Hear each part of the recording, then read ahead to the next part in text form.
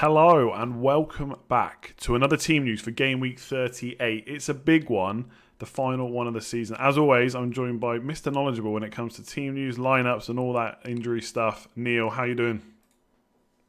Very busy. I think we've got 18 press conferences today, which I'm pretty sure in my time here is a record. I don't think I've had 18 on the same day before. So FPL giving me one last kick in the nether regions just before the season ends. So you're very, very busy this morning. But I think I've got the headline news from all that we've had today and then the two yesterday as well.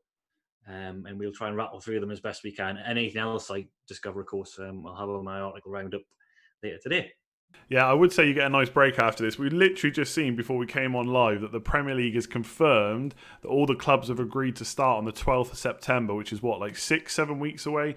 So by the time this season finishes, we're going to be straight back with team news. Almost, not quite that bad, but yeah. So we're going to get straight into it. Let's start off with the team we always start off with. Man City are on holiday. Everyone's panicking. Raheem Sterling pictured in France. Has Pep mentioned it at all? I'm assuming he got asked about it. He did mention it. So this happened about an hour before we came on air, so I haven't seen it all the way through in its entirety. But I have seen the quotes about his squad being AWOL for midweek, and it was planned. He's given his entire team 2 days off on Wednesday and Thursday. So anybody fearing the worst about seeing Sterling holiday in the France Riviera, don't worry. I wouldn't be unduly worried just yet because it sounds like they've all been given time off. Now, of course, Pep can still shaft us by naming a must-change team on Sunday, but in terms of that, in terms of seeing Sterling on the beach, I wouldn't be unduly bothered by that because he said himself, if there was anything riding on Sunday's game, I think this is the only match in which neither team can be affected by in terms of placing in the table. I mean, there's other dead rubbers out there, but teams can still move up or down a place in terms of prize money. But I think this one, City's going to finish second, Norwich is going to finish 20th. So he gave his squad 2 days off just to rest after the frenetic schedule of the previous month. And he said that they'll be back in on Sunday. He did say that as sort of meaningless as this game is, that there would be used as a sort of gauge for the Real Madrid match in 12 days time or 12 days after that match. And he'll be looking at how his players are performing and how well they're training and making a judgment on that because, of course, they're not in the FA Cup final. They got knocked out at the semi-final stage. So this is their last match before the Champions League quarter. And the fact that, Pep said he wants rhythm, he wants momentum going into that game, then you'll expect them to name a fairly strongish team. I think there'll be minutes managed within that on Sunday, but I don't think it's going to be a case of playing like Tommy Doyle or anything like that for 90 minutes. So we wait with bated breath to see what he does close at the kickoff on Sunday. But as for the midweek jollies abroad, just par for the course, and it sounds like all the squad were given time off. So don't worry. Yeah, good thing if anything. I mean, we'll come on to your predicted lineup in just a second. I think the FA Cup might have helped us a little bit. I don't think there's going to be a huge amount of changes. I'm not sure he's going to trust Foden, for example, to start in the Champions League. So I think Mahrez will come in for Foden and David Silva will come in for Bernardo Silva. Otherwise, I think we might see De Bruyne, Sterling and Jesus all start again because there's quite a bit of rest before the Champions League. It's not like it's like 3 or 4 days after. So that's my hope. Obviously, we're all going to hope for team news. Do you think it's going to be something similar, or do you think we might see a few more changes than that? I do, for what my opinion's worth. I do think it'll be something like that. I haven't officially signed off the team news yet. I'll be doing that over Friday and Saturday, obviously with a later deadline this week. But I do initially think that it'll be, of course, David Silva and Mahrez, who were rested on Tuesday. And I think it'll be pretty strong otherwise. Jesus has started the last 8 in League and Cup. Every time we think he's going to get a rest, he starts again. So as you said there, he's had 5 years to recover from Watford, and then there's another 12 days after this. So it's not like he's got to be rested per se. I mean, I know there'll be a bit of injury preservation, I guess, if there's any kind of risk. So he wouldn't want to flog his players for 90 minutes. But yeah, I would think at this stage, a pretty strong team with the likes of De Bruyne, Sterling, Mahrez, Jesus, David Silva. Probably my major doubt would be over who's in defence, really, Yeah, because exactly. Mendy is, I think, suspended for the Champions League game against Madrid, so he might start regardless. But then again, he's been one of the ones who's complained about muscular problems in between those pile-ups. Laporte's been managed carefully as well. And they've got a raft of options, the likes of Mendy, Stones. Fernandinho, of course, can play back there if needed. Cancelo, lots of options to choose from. So fingers crossed we get any kind of heads up for Sunday. There will be, hopefully, there will be some embargoed quotes either tonight or tomorrow. And the good thing about that is that we've got till Sunday at 3 o'clock to absorb all that information if anything new comes out, because sometimes the embargoed quotes come out after the FPL deadline. So we'll keep our eyes peeled in case there's anything else pops up. Yeah, one last ticket to Pep Roulette. I'm buying 3 tickets, so I'm just going to cross my fingers after that. If there's any late news, then I'll panic. But for now, I'm just sticking with the 3 I've got, I think. Okay, let's move on to Chelsea. So not a great result against Liverpool. Good to get 3 goals, but obviously lost. But Lampard did confirm, I should say, that Pulisic was slightly injured, which is why he started on the bench. Is he going to be good for the Wolves game now? I assume so, because he's played. Yeah, I would have thought so. There's no mention of him in today's press conference, but immediately after the Liverpool match, you're speaking about him in glowing terms. As you said there, referenced the minor injury that forced his non-involvement in the FA Cup semi-final and then limited him to a substitute appearance against Liverpool. But I haven't seen him in midweek and haven't benched him, of course, in FPL. I'm pretty sure he's fully fit because he was electric when he came on.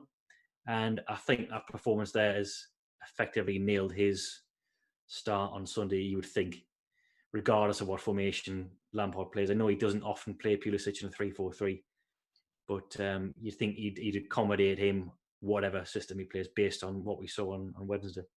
Kante, by the way, is the only name mentioned in today's presser from Lampard.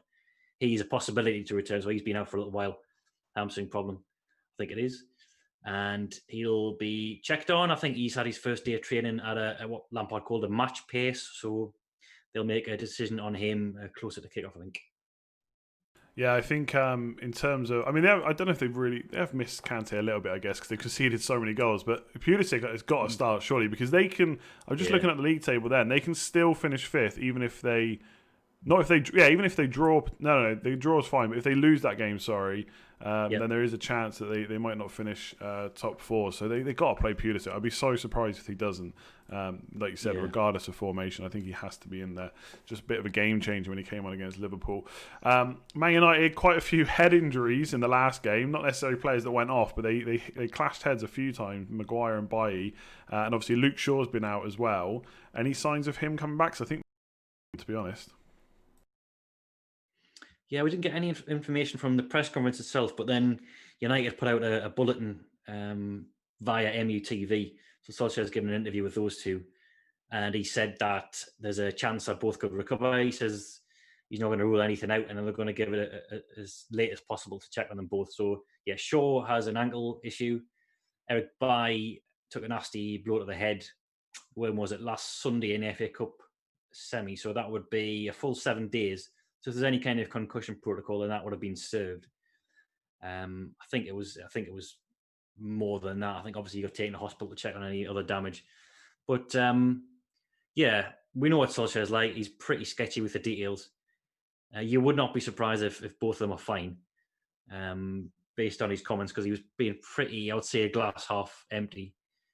Now he was saying that I'm not ruling anything out. It sounded like they weren't in major contention to feature, but you know what he's like.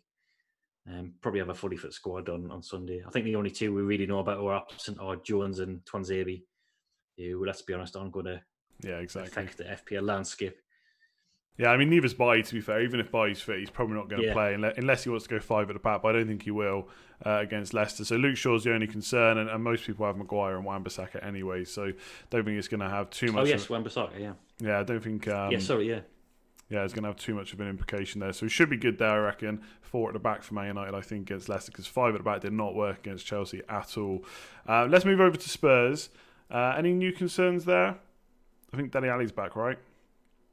He is, yeah. No new concerns. So, and Ndombele is the only one out. According to Mourinho. So, Ali is back. And so is Eric Dyer as well from suspension. So, he's been sitting out a 4-match ban, but he'll be back. He's been mostly playing at centre half of late. So, it'll just be a decision on whether he'll come in for one of Alderweireld or Sanchez. Do you think he will? He's been a favourite of Mourinho's and he's just signed a new contract. So, I wouldn't be surprised. He was asked about this actually in the press conference. He says he's got a wealth of options now because everyone's performed well when Dyer's been out. Even Vertonghen came in for a game. He was forming the backbone of that Spurs defence before he got suspended. So I think there's every chance. It's just who he drops, I guess. I got Palace probably more of a physical side, so maybe I don't know Davinson perhaps to make way. I don't know because Davinson's sort of the pacier one of the back four. And Palace haven't got much in the way of that apart from Zaha, really. Yeah. So, yeah, I think it'll be horses for courses. It'll be whichever pair he thinks is best for that game. But in terms of the big names from an FPL perspective, I think everyone's fine, including Ali, as you said there. Yeah, I was going to say it's a bit like talking about Eric Bailly from an FPL point of view. Probably not too many people rooting for Spurs centre backs at the moment. Let's talk about the team they're facing, Crystal Palace, because that looks like a pretty good fixture. Palace haven't kept many clean sheets since I think they've only kept one since restart.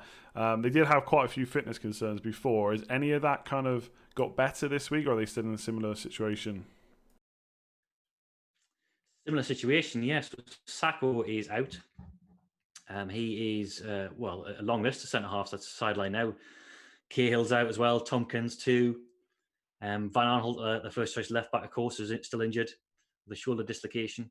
They might have Milivojevic back, but in terms of at centre half, then we saw in the remainder of their last match that it was Scott Dan who's done all right actually this season. I wouldn't rubbish him just because he started the season as like a backup and he's advancing well into his 30s.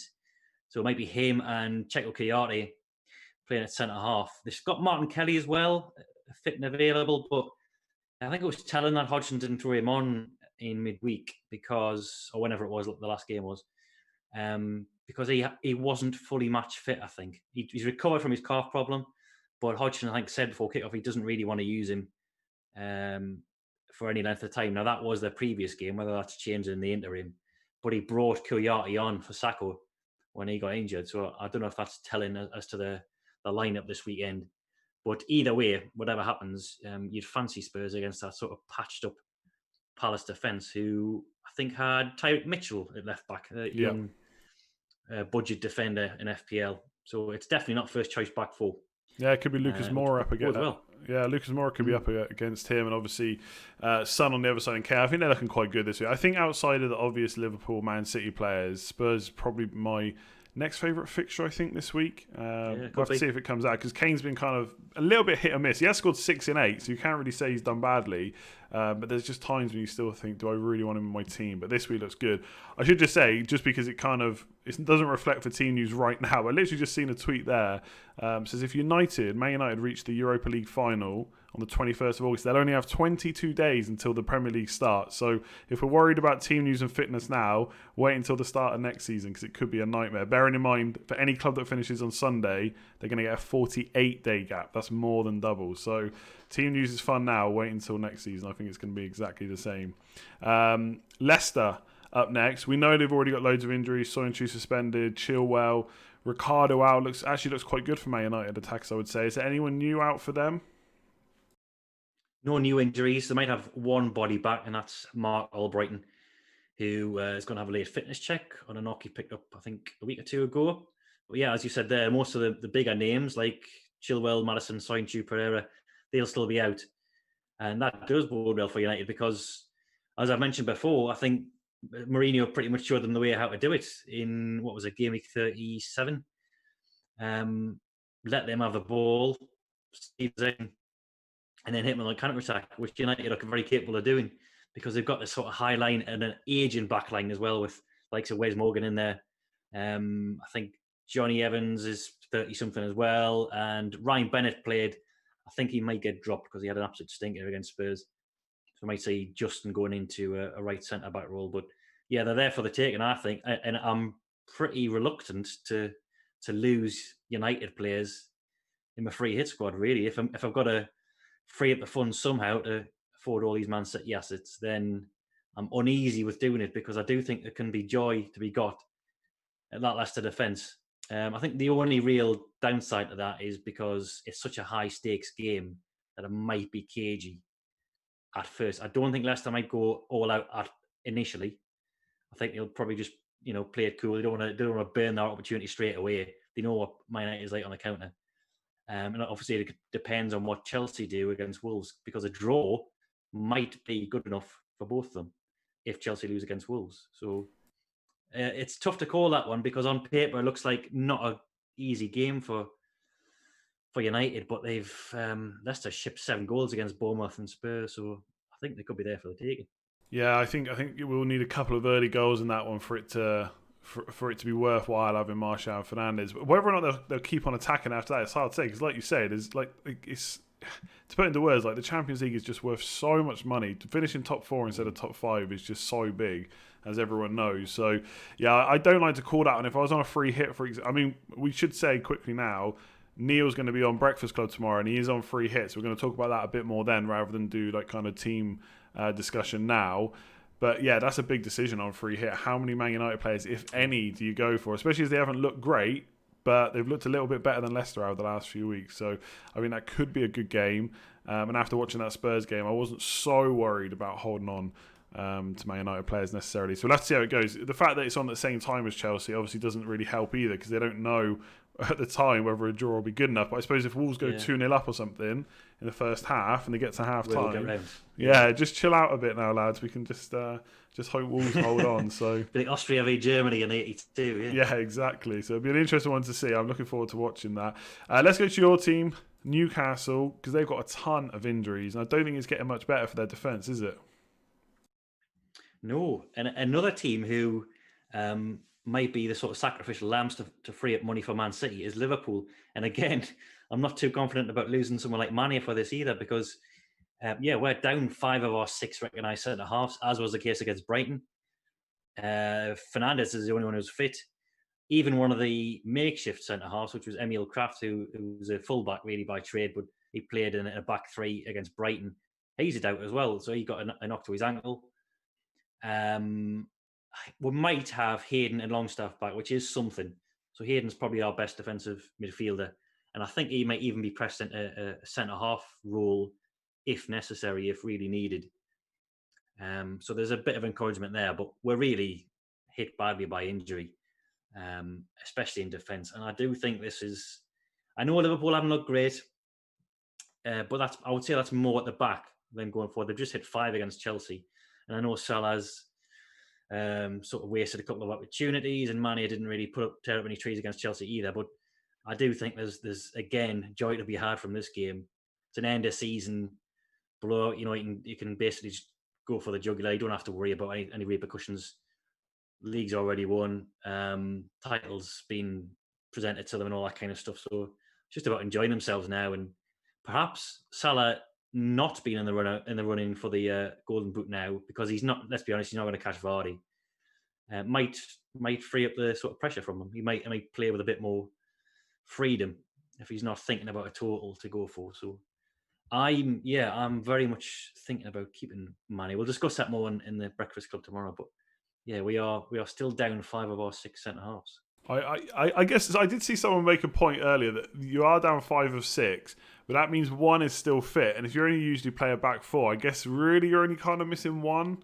But I quite like that way of putting it. But still, the thing I would say, even without the injuries, still shipped so many goals since restart. Regardless, like one of the worst defensive teams since restart, regardless of injuries or not. So I am so torn on what to do. Like Sterling looks like almost a must-have, but I know now everyone's going to have transferred him in. But Salah or Mane, they're being sold right now, and they're about to play a Newcastle team who can't stop shipping goals. I don't think I think it's much closer than it's probably given being given credit for by a lot of people. I think that Man City team, any of them can score. Whereas in Liverpool, it's going to be Salah or Mane. If they're gonna, well, I mean, to be fair, they did score 5 goals against Chelsea without either of them scoring. I should say that, I suppose, but that doesn't happen very often, I would say. So yeah, I think that's a really good fixture for Liverpool players. And if I wasn't on a free hit and I had Salah, like my missus is on about selling him for Sterling. I'm just not sure. I'm just not sure if that's the way to go. But again, very difficult to argue against Man City when they're about to play Norwich. So tough choice for everyone, and it's a tough choice for me and me and you as well. But we'll discuss it more tomorrow. What about Burnley? I've seen the bad news. I've got Charlie Taylor, and he's missed 2 great games now. And he's going to miss the last one, isn't he? He is. He's out. So this pretty much frees up Eric Peters to play at left back, which I think a lot of people were wondering about, because there was a slight chance that Taylor would be back for this, but Dice has ruled him out this afternoon. So he joins the likes of Barnes, Cork, me, and somebody else I can't think of, Loughton's the other one, in being out for this game against Brighton. So that pretty much nails the team selection, because Dice has even come out this afternoon and said he won't blood any youngsters. They may get some minutes off the bench, but he says he's going to be playing his first choice 11 because his chairman wants every penny going. He wants the highest position possible finishing place. So I think he can pretty much name that team. Of all the doubt this weekend about who's going to start for City and who's going to start for Liverpool and all that kind of stuff, I think we can pretty much be sure of what the starting 11 is going to be for Burnley. So that will include Peters at left back by the sounds of it, unless there's any more injuries happen, of course, in the next 48 hours. Yeah, I'm gutted about this because I had Taylor. I played him at the wrong time. He scored points on my bench when I benched him. And then he got injured before 2 games that I really wanted to play him for. Like, Brighton at home would have been ideal this week. So I'm gutted about that. But yeah, fully agree. Like, we know what team it's going to be. And we should say, if Nick Pope gets a clean sheet there, he'll have the Golden Glove wrapped up. Now, he might have to share it because I think Edison's on the same as him, 15. So you might have to share it, but I know. To be fair, they've said they're going to really do everything they can to get that. I don't really know what a defence can do different. Like Golden Boot, I get it; they can pass to that player over and over again. When it comes to defence, I don't really know what they can do different. But it's Burnley. It's what they do is keep clean sheets. So rooting for Nick Pope, even though I don't own him. Super frustrating not to have any Burnley representation this week. So I think that's one of the best bets for clean sheet this week, I would say. Let's go on to West Ham. Another player frustrated me this week. Antonio stepping up now the main penalty taker at West Ham. Do we think any news from them? I don't know. I've heard Moyes' press conference, but it was very, very short in length. I think it was only about 6 or 7 minutes, and there was no injury news there.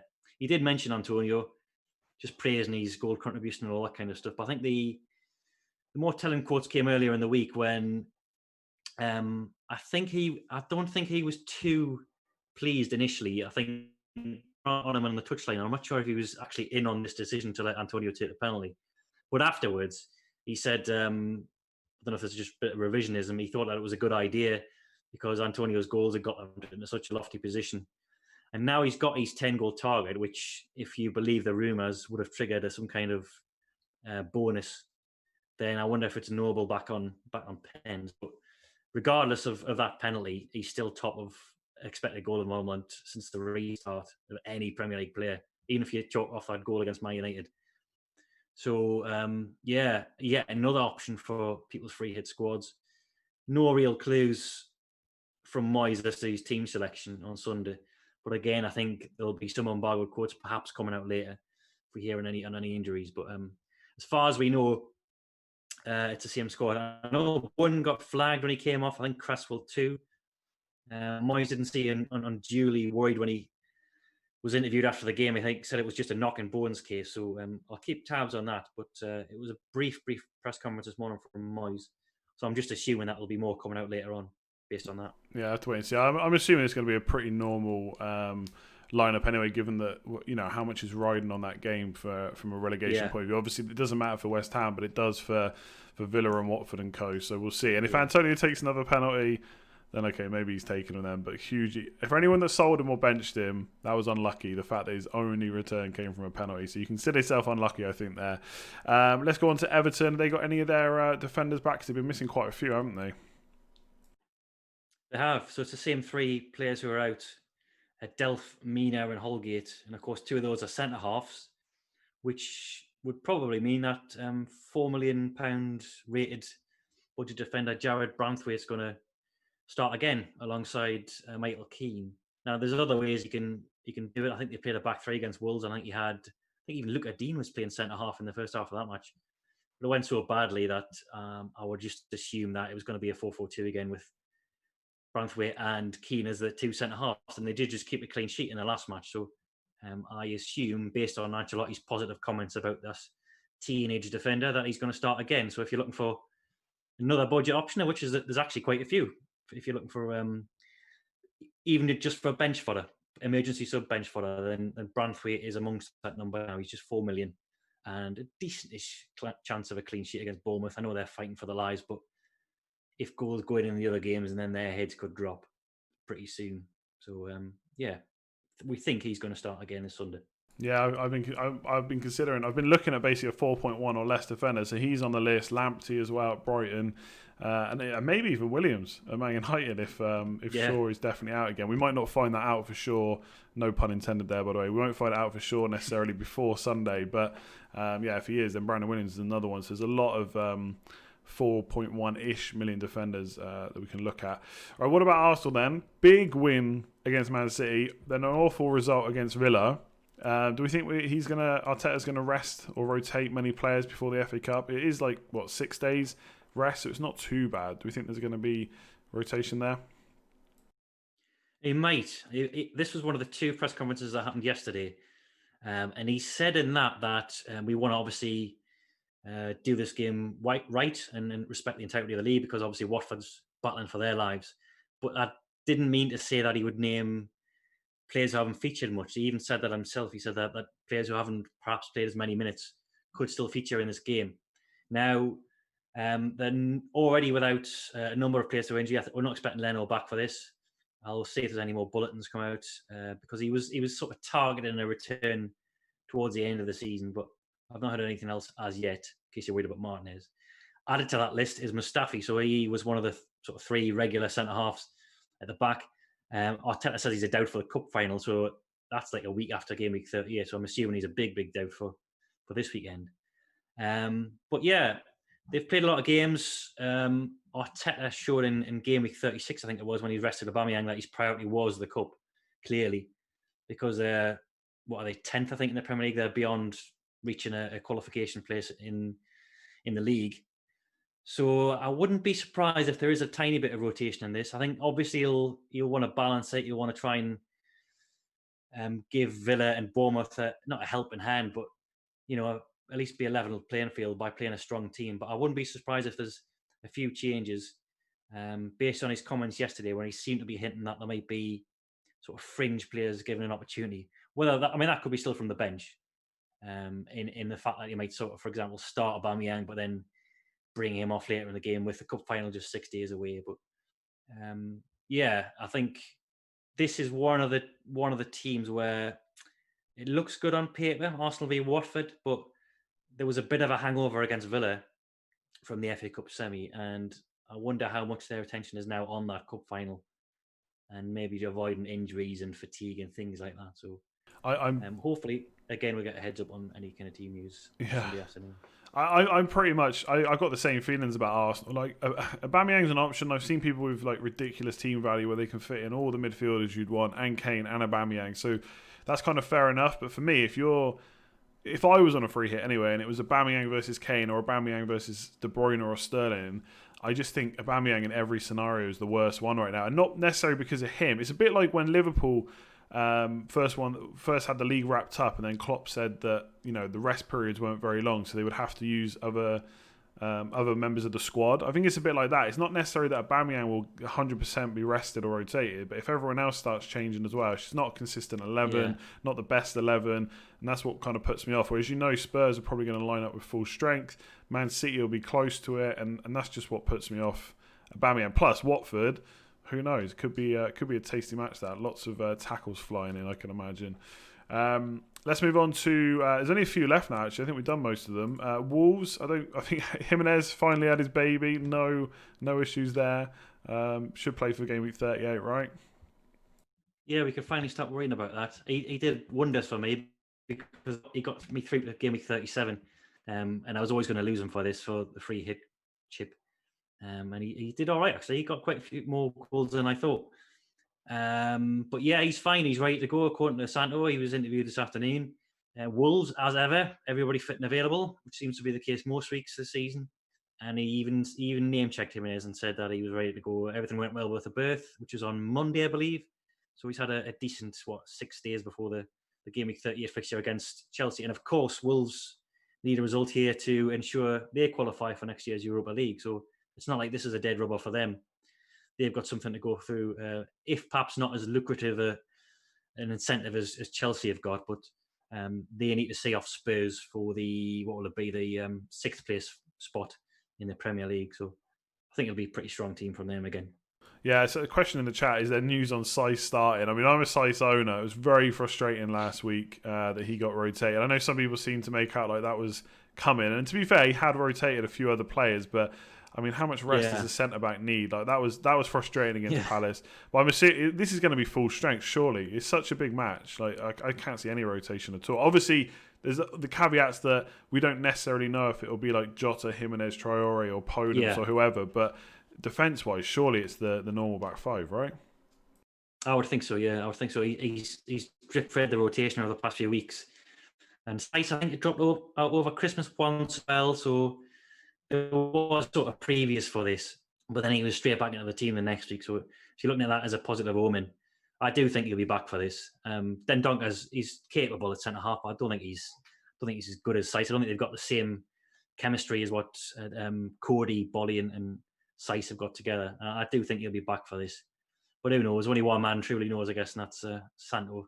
I'll be so frustrated if I keep Saiss and he misses out again. I can't see it. He seemed to have that first choice centre-back position locked a while ago. And Dendon's actually done really well from midfield recently. He's been making quite a lot of late runs into the box as well. So, yeah, I think that's probably where he's going to get used. But like you said, we just don't know. Will we just rattle through the rest? I don't think there's many left, actually. So we just go through. I mean, Liverpool, did we hear from Klopp? Did he give us anything useful? Not yet. Again, there might be some stuff creeping out later on. This is the problem with doing it on a Friday, and that there'll be some information comes out later in the day. But what I have heard, it was mostly about the title win and celebrations afterwards, and of course Henderson's Player of the Year award. So it wasn't so much focused on this game at all. There was a bit of Neale when he was asked about Lampard. He said that Lampard shouldn't have carried on with his beef after the match. He said they should have shook hands. So there was a few interesting quotes from Klopp in the press conference regarding that, but nothing really concerning FPL. Again, though, I'll keep my eyes peeled this afternoon and this evening in case anything more comes out. But injury-wise, I think all that we know about is Matip and Henderson, because Milner came back from a minor muscle problem in midweek. So you wonder if he's going to start, and if he does, then is he first on penalties over Salah? Surely not. Surely Salah wouldn't let him take him on the last day, but you never know. We could see. I think there's just. I think most of the others are kind of like. So Sheffield United, I don't think there was any concerns there, right? Just Wilder reporting a few minor concerns, a few knocks, a few bits of fatigue and all that, but he didn't mention anybody by name. He does this most weeks, to be honest. I might as well run through the rest now. Villa. Neale Taylor might be back. He's back in training at least. So whether or not he'll take the place of Target, I'm not sure. But El Mohammadi has dropped out. He isn't going to recover for this match against West Ham. So he was playing at right back for the past couple of games. So it could be either Gilbert coming in, as happened against Arsenal, or he could play Conte right back and bring in Howes at centre half. Bournemouth, we've heard from this morning, Eddie Howe. Nathan Naki not completely ruled out yet. He's just going to give him a chance to recover, but he hadn't, as of today, I think, or certainly yesterday, he hadn't done any training. So Howe was kind of downbeat about his chances, that it would be a big ask if he hasn't, A, if he's fully recovered from his injury, and then B, to get back up to full match sharpness after a lack of training. So he's still a sizable doubt. Adam Smith could be back, though. He served his concussion protocol. Brighton, Potter was one of the two to have held his press conference yesterday, along with Arteta. He didn't report any injuries at all, apart from the long standard ones, like Izquierdo and Alzate. Oof, I I think think not. I is think that it's it? Is that Norwich. it? I think there was Norwich as Oh, well. Norwich. Yeah. Well, I guess this is particularly relevant because they're playing away at Man City. So we already knew they were out. The likes of Byram, Grant Hanley as well, Leitner. They now lost Tetty, who's been a regular fixture in front of the back four for most of this season. He's out with a knee problem. One of the centre halves as well, Tim Closer, he's out with a hamstring problem. They have got Zimmerman back, so he can come in for him. But they've also got two players suspended, Buendia and Dermich. So they're well down on numbers for this. Not that it would make any difference either way, but I mean, can we really envisage a situation where someone like Norwich City would beat Man City? Sorry, someone like Norwich would beat Man City, apart from what they did earlier Oh, in the season. I'm still bitter about that. I hate that result. Yeah, everything in this match is set for a comprehensive City victory, which makes me think it's not going to happen. It's the fixture is too good. The injury situation is too good. The players are in form. You know, Pep mentioned earlier today about wanting to go for 100 goals this season. It only takes And three. It only takes three Yeah, goals. exactly. It might take everyone else. I just think I know what you mean. You get those thoughts where it's just too good to be true. I think the situation is slightly different because we saw City. I think before the last few games of the season, they were like kind of didn't they beat Huddersfield or something 1-0? Like we all thought it was going to be a whitewash, and it was 1-0. I think the difference then though, the league and everything was over. They've still got Champions League. And they just had a nice break. They've all been on holiday for a couple of days. So I think this might be slightly different in that Pep does change his team around all the time. Those players are going to want to play in the Champions League. So, you know, like Mahrez hasn't started the last two league games. So if he gets a start, he's going to want to show him, you know, he's still got it. Not that he doesn't think, you know, Mahrez is a good player, but I don't know. I know what you mean, but I feel like this is going to be as good as it sounds. It might not be an 8-0, but surely this is another 4 or 5-0. I just can't see how it isn't, to be honest. I think that's what it'll most likely be. I think it'll be maybe a 3 or a 4. And they might declare after that, make a few changes. I think any thoughts of the Premier League record being broken is optimistic. I know Norwich are bad. I know they've lost so many in a row, but I can't see it. I hope I'm wrong because I am going to go triple Man City. By the way, it was 0-0 against Huddersfield a couple of years back. I've just was it that bad? It was even worse, yeah. But I can't see that happen. I do think it'll be a more modest victory than the sort of 8 or 9 that some people are hoping for. Yeah, a victory nonetheless. I haven't even thought about it being 8 or 9-0, but it's got to be 4 or 5. I just don't see how it's not. They're just too good. I mean, Norwich lost their heads against Burnley. Imagine having to play Man City. Like, they 2 sendings off. Like, I know it was 2 stupid moments. And, you know, they may play another 2 or 3 seasons and never go down to 9 men. It doesn't happen that often. But if you're losing your heads against Burnley, then Man City's a little bit of a different task. Like, you do a lot of running against Burnley, you're going to do double or triple against Man City. So, yeah, I don't know. I think this is going to be a big score. Maybe not 8 or 9, but 4 or 5, I think, for sure. I think that's about it. Are there any ones that got... Southampton. Southampton. Yeah, Southampton, I did mention. Yeah, Bednarak's back in training. He could be challenging, I guess, Vestergaard for a start. Boufal and Gineppo are still out. And Valerie, I think, returned to the bench last weekend, so he's fit. Watford, I haven't mentioned yet because we haven't heard from them.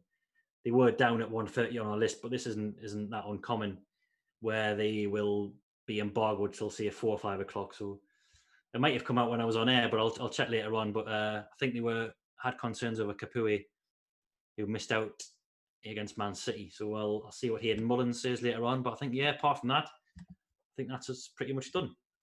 Good stuff. I just want to say, even though Neale will hate me saying it, I know I come on and host this stuff, but all the content comes from Neale, like his research, watching all the press conferences. I just wanted to say thanks. Obviously, 38 weeks of team news is pretty huge. I know it's really useful, which everyone in the chat will agree with. So thanks very much for that. We will be back, obviously, next year with the same thing. Sounds like we'll be back very soon, looking at the Premier League start date.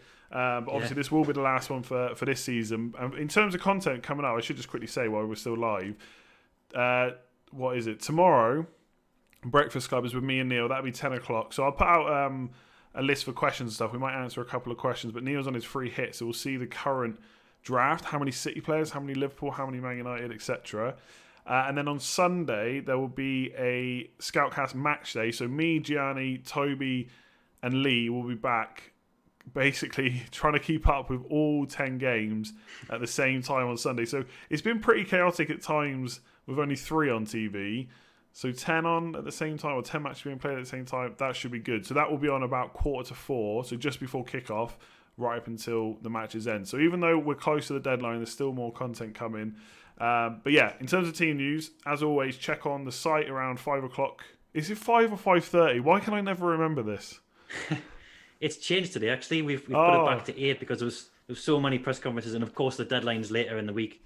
It's Sunday at 3 o'clock. So the team news roundup will be at 8 this week, I think. And then, as I say, there'll be a few more bits of content on Saturday as well. I think Late Riser's got an article coming out, which will be good. He's closing in on a top 10 place, maybe.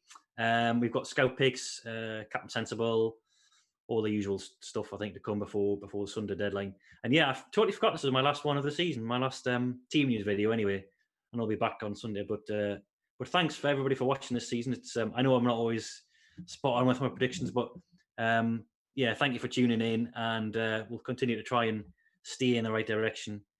So long as Solskjaer and Howe are telling us the truth, which isn't always the case. But, well, you might not have to worry about Eddie Howe. You might not have to worry about him next year. He could get relegated. So who knows? I don't mind the guy, but I won't miss out if they do go down. Yeah, it'd be interesting to see. It's good, like I say, lots of big games. That's why Sunday's going to be so good, not just from an FPL point of view for this match day scoutcast, but also there's just so much riding on nearly every single, well, a lot of the games anyway. So yeah, but yeah, obviously, if you saw the kind of work that goes in behind the scenes to get all the info for the press conferences, it's a lot from Neale. So thanks very much. No bother. And I'm glad about the times. It doesn't feel so bad when you've put it back to a different time. So I don't feel so bad about forgetting that it was 5 or 5:30 again. So check that out at 8. And obviously, if there are any more embargo quotes and stuff like that, we'll have them out on Twitter on FF Scout as well. Otherwise, I'll say goodbye, Neale.